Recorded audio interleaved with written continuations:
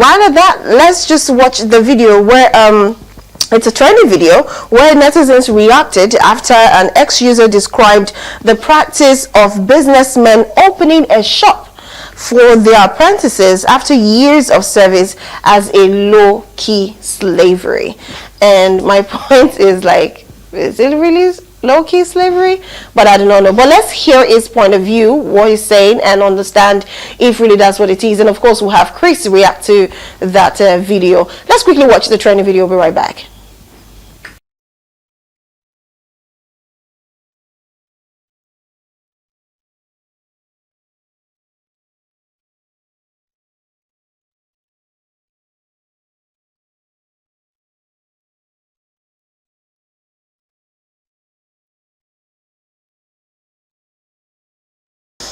All right, welcome back. Well, we had supposed to have a video to that. There's a video actually where a guy was actually responding to that one.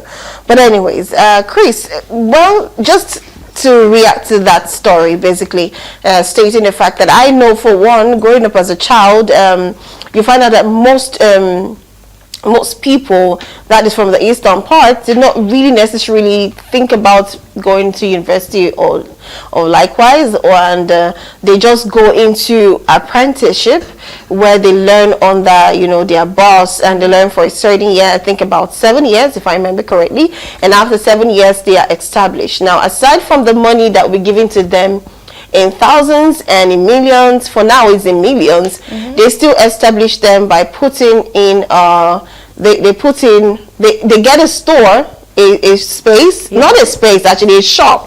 You know, they furnish it. They still give them some of the contacts that they have in which they can actually stand on their own, and at the same time there's still a cash, there's still a party for their, you know, their send-off. Now, people are coming out to say that that is another low-key form of slavery. Do you actually believe that that is what it is, or that is just another way to empower people rather than just them being on the streets, and maybe truly they can't afford education, or they can't even afford anything from their home, but somebody out there becomes a boss, and a lot of people have become bosses, you know, through that means? But what are your thoughts? All right. In slavery about it, because to start with, yeah, sometimes they pick these guys when you're quite young, maybe, and they start, you know, grooming them, all that. So you might say, as a minor, you do not have to be making the absolute decision and all that. But basically, it is often not against the people. So you enroll into the scheme from your own personal, you know, conviction. So you get on board, and then yeah, it continues from there. I don't know. This could, can I go on? Are you hearing me?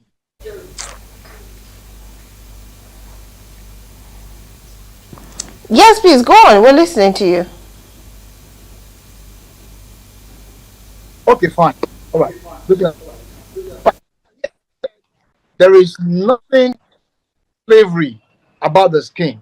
As a matter of fact, the prestigious Harvard University once studied how the Igbos, you know, recruit, you know, ones, and then train them through the trade skill and all that, and how eventually have their freedom. That word freedom meaning graduating. So it's equivalent from a university or thereabout, okay, and then they get into business on their own, and basically there's no slavery in it. It's just a matter of mentorship. You know, it's an apprenticeship program. So they are, as them, mentor young ones, train them in the line of the trade, and then over years, when they will have gained experience, and even as far as establishing them, part with millions of naira, you know, expose them to their contacts, show them secret. So absolutely nothing slavery about the scheme. I mean, for anyone who have thought it's slavery, well, maybe there are some other things that is not in the open. But basically, it's just a program to mentor younger people, groom them into a business line, and then start to work. But we also know there are some bosses that uh, that are a bit, wicked, that might just find one because they don't want to set up the people that have served under them for many years. They will to destroy the cordial relationship and then send them packing. So these guys will have just worked for many years of that. Besides that, but the program in itself is applauding. It's something that is should be celebrated. Training, grooming young people to know business. As a matter of fact, it's a crude mentorship but then practically it's been over the years, it's been successful. So it's a mentorship program as well. It is something that should be emulated. And then I mean there are a lot of stories that just high. Okay, so I strongly feel that it's something that was commendation, not condemnation. Thank you. Okay, thank you very much for that analysis. Well, like you said, you don't think it's another it's any form of slavery. It's not the low key, it's not the high key, it's not even the middle. It's just another way to empower people, which I always believe usually. And sometimes some persons, you even hear some young adults saying that how I wish that after secondary school, those times I was probably waiting for JAMB, I was waiting for the particular course I want. I could have just had someone I was learning on that, and after learning, by now I'll be schooling, and at the same time I'll be earning money, and I'll be making, after school I'm already well established. I continue with the business, or I just going to underline, but the business is there. So a lot of people believe that is something that should be actually emulated, and like Chris rightly said, it's something that is good, and it's not a low key slavery in any way. So I do not believe that. But you can see that while we're watching that, there is a video. So let's watch that video and see exactly what actually happens. And I think that store is the store which the boss opened for. Like, come on. I don't know what to say, but I feel like that's good. Yes, because while they are working for years, they are actually earning salary. They are getting salary, and most times, from what I know, they are being fed.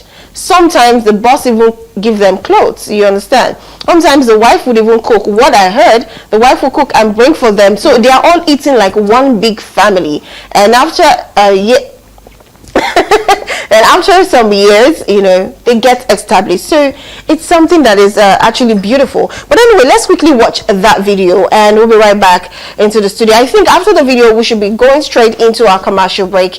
Then we'll come back to continue the program. Stay with us. We are the place where my neighbor is settling his boy. I'm telling you. Who said to do boy they pay? Who said now to go to a better guy? Now one boy will do well, they settle well. And a better guy, Jesus.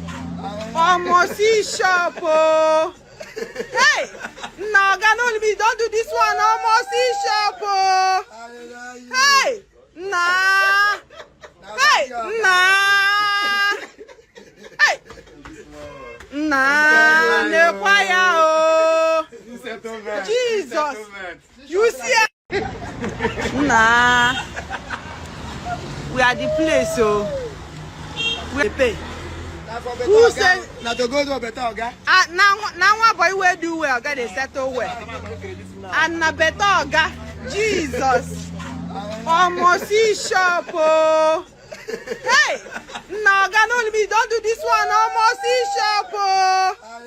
Hey, nah. Hey, nah. Hey, nah. Ne choir. Jesus. You see? Like you're still watching The Buzz, your favorite social media program.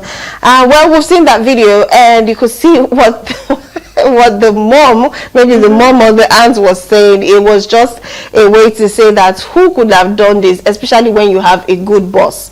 Now, quote on the good boss. Gratitude. What question do you have for Chris? Yeah, so looking at some of the comments said by some of the netizens, looking at the comments said, some people were talking from the angle of the settlement, not the whole training or the whole tutoring in general. They were not talking about the training, this old slavery thingy. I think someone said everything in that store isn't up to 5 million naira.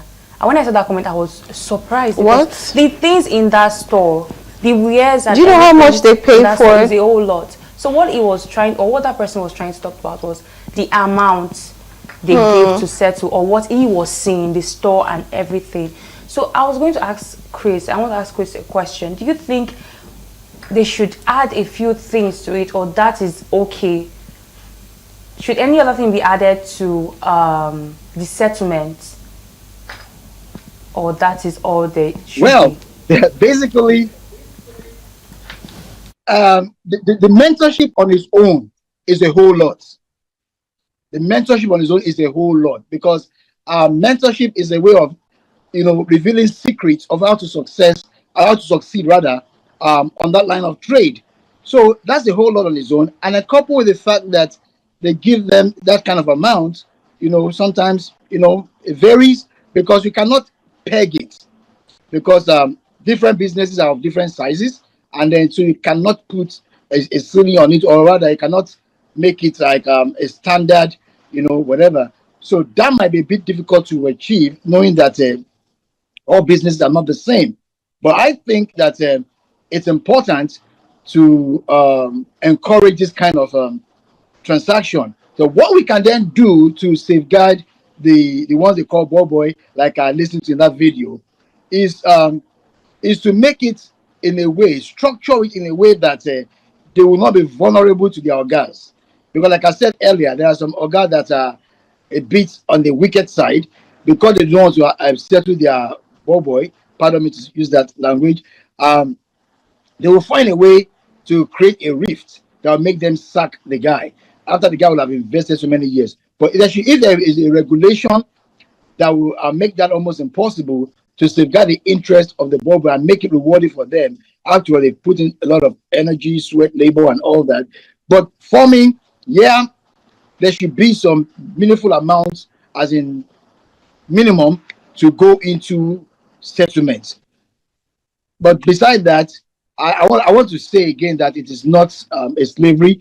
I was going to tell a story earlier. Someone came on social media sometime and he said, about the time he was going to the university alongside with his secondary school classmates, that the boy went into trade, apprenticeship, like this boy thing we're talking about. All right. He said they went in together. He went to the university. The guy went, to learn trade. Then after 4-6 years, then he went to do his master's. Approximately about after 8 years or thereabouts, by the time he was coming out of his master's program, this other guy has already started working. He's been settled and is working. And then he now said that he went about seeking job for many years. He couldn't find job. And then eventually they crossed paths again after so many years. There was the same guy that he left behind in secondary school that actually settled him, gave him money to buy his Uber. He's driving Uber now. But it's the same boy of many years then that went from secondary school to learn trade, that gave him money to buy car to do Uber. All right. It might not be so in all cases, but we do know over time, we've seen that it's always a successful program, and we should commend it. And like I said much earlier, I think the video was a bit funny then. Even Harvard University has taken note of it to commend that program, and then probably encourage that the world should learn from it, how they do that. And I also know when I was in South Africa, I see a lot of these Asian guys. They do that too. They have a way of training within their community, and then enrolling people under them, to train them, and then they release them. So it is a very, very beautiful program, and I do not think we should without it. Yeah. Thank you so very much. Honestly, this act is really commendable, and I would think other tribes should try to incorporate this into their system. Blossom, what do you think? Yeah, I believe so, because I think this is found mostly from the eastern part of the country, and it's something that we should try and emulate. Like I said before, behind the camera, not everybody wants to go through the four walls of a school. They want to, education. There's informal and formal education. That is also another form of education, learning. But guess what? You get rewarded after learning. I think that is how I see it.